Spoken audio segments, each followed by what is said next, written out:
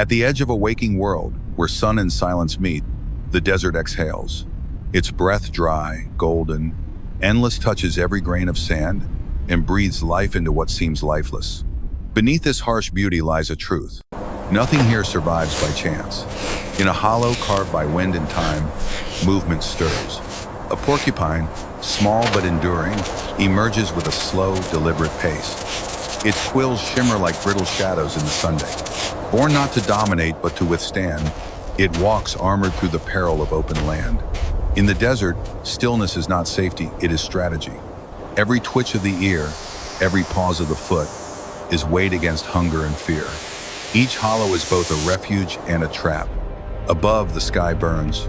Below, survival crouches, teeth bared. And so, with ancient instinct as guide, the porcupine begins its day not with haste, but with caution carved by generations.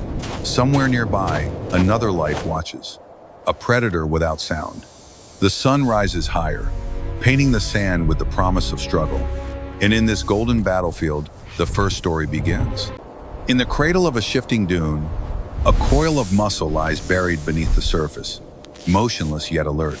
A desert viper, perfectly still, perfectly lethal. Its eyes never blink. Its tongue flicks, catching the scent of possibility. The porcupine continues its measured journey, unaware that each step brings it closer to ancient danger. Between them lies a silence thicker than sound, charged with intent. The snake does not strike from impulse, but from patience, every fiber tuned to timing. In this place, movement is noise, and noise is an invitation to die. The porcupine pauses. Its quills bristle slightly, as if sensing an imbalance in the world around it. A gust of wind kicks up dust, revealing a faint shimmer scale against sand. But the porcupine continues, slow and steady, its body a contradiction. Vulnerable flesh sheathed in a fortress of needles. It does not run, for running is chaos, and chaos kills. Still, the viper waits, its body coiled tighter, head poised like a spear mid-flight. This is not a clash of power, it is a contest of timing. The desert holds its breath, the earth frozen in anticipation. One will strike, one will survive. The air thickens, dense with tension, as heat ripples across the sand. Hunger coils tighter within the serpent's frame. Beneath its stillness, lightning waits. The porcupine, oblivious or simply undeterred, grazes near a brittle tuft of grass. Its quills twitch with each movement, tiny tremors echoing across its armored back. For the snake, every second is a countdown. It doesn't seek battle, it seeks precision. The strike must be perfect, for failure is not just defeat, but death. Its tongue flicks again. Scent sharpens. The target is close, and then motion. The porcupine shifts its weight, unknowingly exposing its softer side. The viper explodes from the sand, a whip of scales and fangs. Time fractures, sand erupts beneath it. The porcupine jolts, spinning instinctively. The fangs miss, grazing quill, not flesh. In a blink, the dance begins. Dust swirls as predator and prey tumble through ancient choreography. It is not beauty, it is brutality made elegant by necessity. The viper recoils, realigning. The porcupine shudders, its heart racing behind a wall of thorns. In the desert, survival is not decided by size or speed alone, but by how many mistakes you can survive. And this fight is far from over. The first strike failed, but the desert never forgives hesitation. The viper, wounded in pride more than flesh, resets coiling tighter, faster. Sand clings to its scales like ash to embers. Its second strike is not a lunge, but a blur low, swift, cruel. This time it connects. Fangs pierce shallow along the porcupine's side. The rodent squeals, a flash of pain flaring through its body. But pain awakens something deeper. Resolve. The porcupine whips around, slamming its rear toward the serpent. A spray of quills erupts like shrapnel. The snake recoils mid-bite, a needle lodged near its jaw, its mouth bloodied and stunned. Both creatures freeze. It's no longer about hunger, it's about survival now. The porcupine limps backward, circling defensively. The snake slides unevenly, its mouth slack from the quill's sting. Their forms mirror each other, wounded, wary, unyielding. The sand bears witness, scarred with trails of pain and instinct. Around them, the desert remains indifferent. The wind sings no song of heroes here, only breath and blood. The next moment may end one story or leave both limping into another day. Either way, the rhythm of survival plays on, and neither is ready to yield. Locked in a brutal standoff, the viper lashes again, desperate, erratic. But desperation is noise, and noise is weakness. The porcupine, now bleeding but alert, pivots its armored back into the strike. A dozen quills drive deep into the serpent's body, their barbed ends refusing to release. The snake writhes, coils tightening around its own agony. Each motion buries the spines further. What was once an apex predator is now a prisoner of its own momentum. The porcupine advances slowly, deliberately. It knows this is not the end, it is the beginning of an endurance test. The viper thrashes violently, its tail cracking the sand like a whip, kicking up clouds of dust as it tries to flee. But the barbs hold fast, transforming the predator into prey. Every movement tears flesh, every breath sharpens the pain.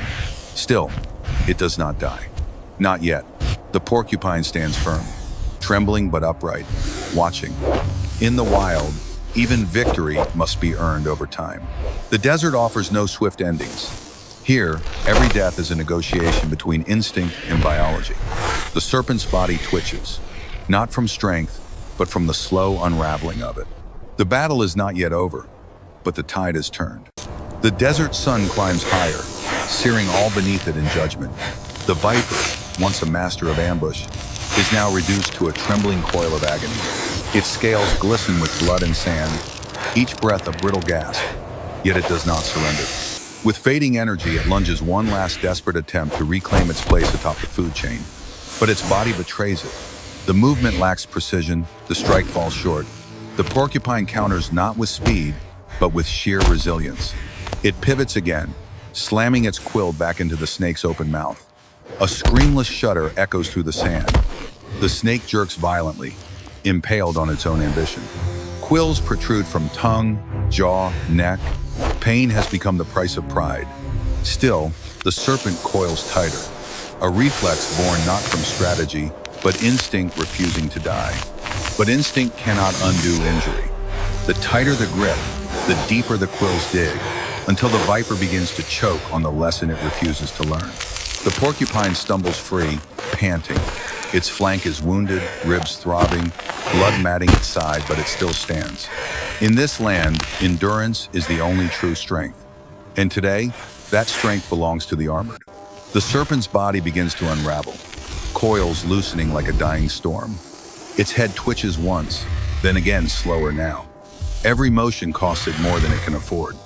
One eye stares out, not with malice, but with a fading calculation, an old predator measuring the closing of its own story. The porcupine stands a few paces away, chest heaving, eyes sharp. Its side still bleeds, but its posture does not falter. Blood streaks across its quills, catching the light like battle scars forged in ivory. With the final breath rattling through the viper's chest, it attempts one last flicker of movement, a defiant tremor. But defiance is not survival.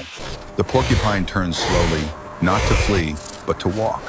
Not victorious, simply alive. In the desert, that is triumph enough. Behind it, the snake finally stills, swallowed by the same silence it once ruled.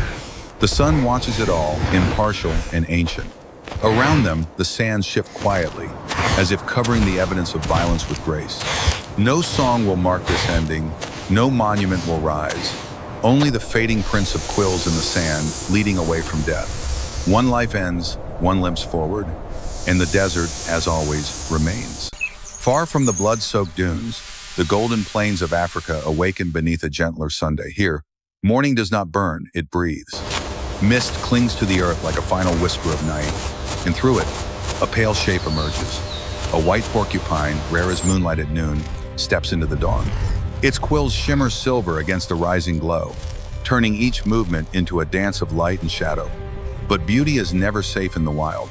Just beyond the grasses, a jackal crouches, lean and alert, eyes fixed, breath shallow. Hunger sharpens every instinct.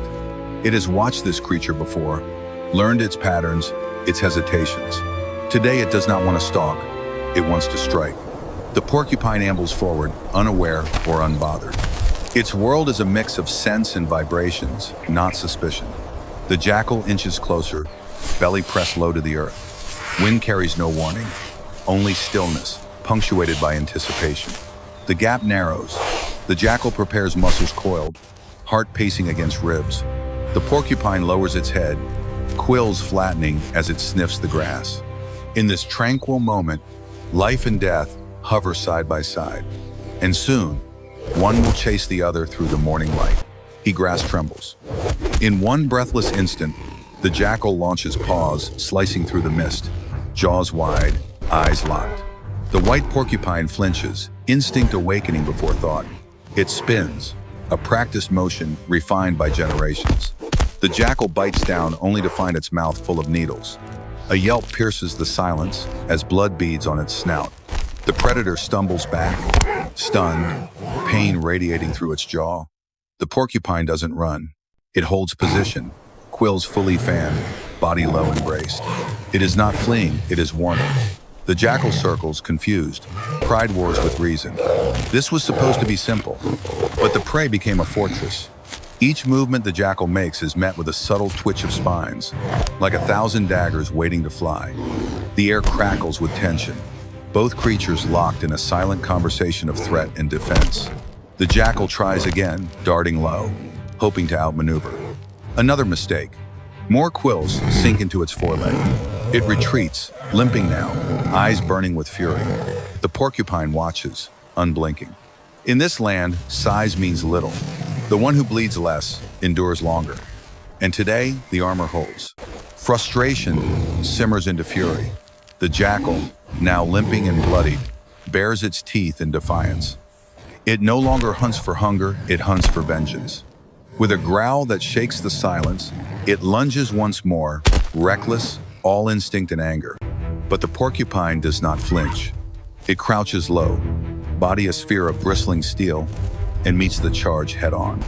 A sickening crunch follows, quills bury deep into the jackal's chest and neck. It howls in agony, skidding sideways into the dust. Still, it rises. Still, it tries. The wild does not tolerate weakness, but it also doesn't reward pride. Each attack becomes more ragged, more desperate. Blood trails in the grass, dark and vivid. The porcupine too bears wounds, now small cuts along its belly, ribs sore from impact, but it stands. It always stands. Around them, the savanna watches in silence. No herd flees, no birds scatter. This is not a hunt anymore, it's a lesson. Strength unchecked becomes a curse. Fury without strategy leads to ruin. And as the jackal staggers once more, eyes dulling with pain, even it begins to understand. Some prey are not meant to run. Some are meant to teach. The air grows heavy with the scent of blood and dust. From the edges of tall grass, a second jackal emerges, drawn by the sounds of battle and the promise of easy prey. Two now, circling, calculating. The wounded one growls low, signaling not retreat, but reinforcement. The porcupine turns slowly, assessing both threats. It does not panic. Instead, it moves inward, curling slightly, quills rising in all directions like a breathing shield. The jackals move in tandem, trying to flank. They lunge not simultaneously, but rhythmically, testing the defenses. One darts forward, nips, retreats. The other mirrors. But each touch is met with a spray of thorns. Quills pierce paws, snap into snouts. The porcupine thrashes, spins, and strikes its body, no longer just defense, but weapon. One jackal missteps. A rear leg catches a spike and it tumbles, yelping, biting at the embedded needle. The other hesitates. This was supposed to be overwhelming. Instead, they are being repelled by resilience, wrapped in silence. The porcupine stands firm, bleeding but unyielding. In this moment, it is not prey, not survivor. It is defiance incarnate. 2 against 1, yet the one still holds. And in the savanna, that changes everything. One jackal limps away, whimpering through clenched teeth, while the other stands panting, its pride frayed, its body pierced. The white porcupine, bloodied but upright, remains a silent monument to defiance. Then, as if summoned by the scent of failure, the bolder jackal makes its move. With a guttural snarl, it leaps mouth wide, claws extended, aiming not for the flanks, but for the exposed throat. It's a final gamble. But the porcupine reacts with the instinct of survival honed by countless ancestors. In a split-second spin, its full mass turns, and the jackal meets a storm. Dozens of quills drive deep into muscle and chest. The impact knocks it midair, sending it tumbling into the dust with a strangled cry. The jackal tries to rise but cannot. Its chest heaves. Legs tremble. Vision fades. The other jackal watches, frozen. This was not the story they expected. The predator now bleeds in silence, its strength scattered across the soil. The porcupine does not chase. It does not gloat. It simply breathes heavy, deliberate, alive. Across the plains, the wind shifts. The battle ends not with a roar, but with a hush. And in that hush, survival speaks the loudest. Beyond the grasslands, beneath the gnarled limbs of baobab trees, the earth begins to tremble. Something ancient stirs, slow, heavy, deliberate. It is not a predator in haste, but a force in motion. The Komodo dragon emerges from shadow, its forked tongue flickering, tasting air heavy with promise. Each step sinks deep into the dirt, leaving sunken prints like fossils forming in real time. This beast does not chase. It claims. Its eyes are dull, almost disinterested, but behind them lies the cold efficiency of evolution. A scavenger and a killer, patient enough to wait, powerful enough to finish. Across the clearing, the scent of blood lingers, a story told without words. The dragon pauses, head tilting. It knows. It remembers. The dead feed the living here, and every breath is borrowed from another's loss. It approaches not as a thief, but as a rightful heir to the remains. The savanna seems to still around it, birds ceasing their calls, the wind holding its breath. In this moment, the dragon is not just an animal, it is memory made flesh. The relic of an age where strength alone wrote the rules. But today, that script may be challenged. From the edge of the dragon's path, a flicker of movement, a mongoose. Small, lithe, eyes sharp with intelligence honed by survival. It does not flee, it studies. Where others would hide, it calculates. The Komodo dragon shifts, intrigued but unthreatened. It advances, tongue flicking, jaws dripping with the certainty of dominance. But the mongoose has seen giants fall. It waits, not with fear, but with timing. As the dragon lunges a slow, thunderous strike, the mongoose darts sideways, a blur of fur and instinct. The two clash not in brute force, but in philosophy. Power versus precision, weight against wit. The mongoose strikes low, targeting the joint of a massive forelimb. A sharp cry escapes the dragon's throat, more insulted than hurt. It swings its tail, but the mongoose is already behind, already attacking again. Each strike is scalpel sharp, aimed at soft tissue, eyes, vulnerable gaps in plated hide. The dragon roars, but its might becomes a burden. Its size, its advantage now, slows it, exposes it. The mongoose, relentless, turns defense into rhythm. Each dodge a dance, each blow a lesson. The dragon falters, not defeated by force, but unraveled by intelligence. In this war, the clever has found its weapon. The Komodo dragon staggers, its breath shallow, its body swaying beneath the weight of fatigue and fury. It makes one final surge, an avalanche of instinct and mass hurtling forward. But the mongoose is already gone, sidestepping like a whisper on the wind. It leaps, lands atop the dragon's neck, and bites precisely, decisively. The beast shudders, then stills. The mighty relic exhales its last breath, collapsing like a fallen monument. Dust settles over its frame as silence reclaims the land. No victory cry escapes the mongoose's throat. It simply steps down, vanishing into the undergrowth as quietly as it came. Not triumphant, just alive. In the wild, there is no glory, only survival. And survival belongs not to the largest, nor to the strongest, but to the one who adapts, who listens, who chooses timing over terror. Somewhere in the distance, the white porcupine moves again, slow and steady, bearing its wounds like medals earned in silence. A lone figure under the sun, small in form but vast in spirit. As the heat rises and the plains stretch toward the horizon, the wild waits. Another predator will rise, another prey will fight. But for now, the earth is quiet.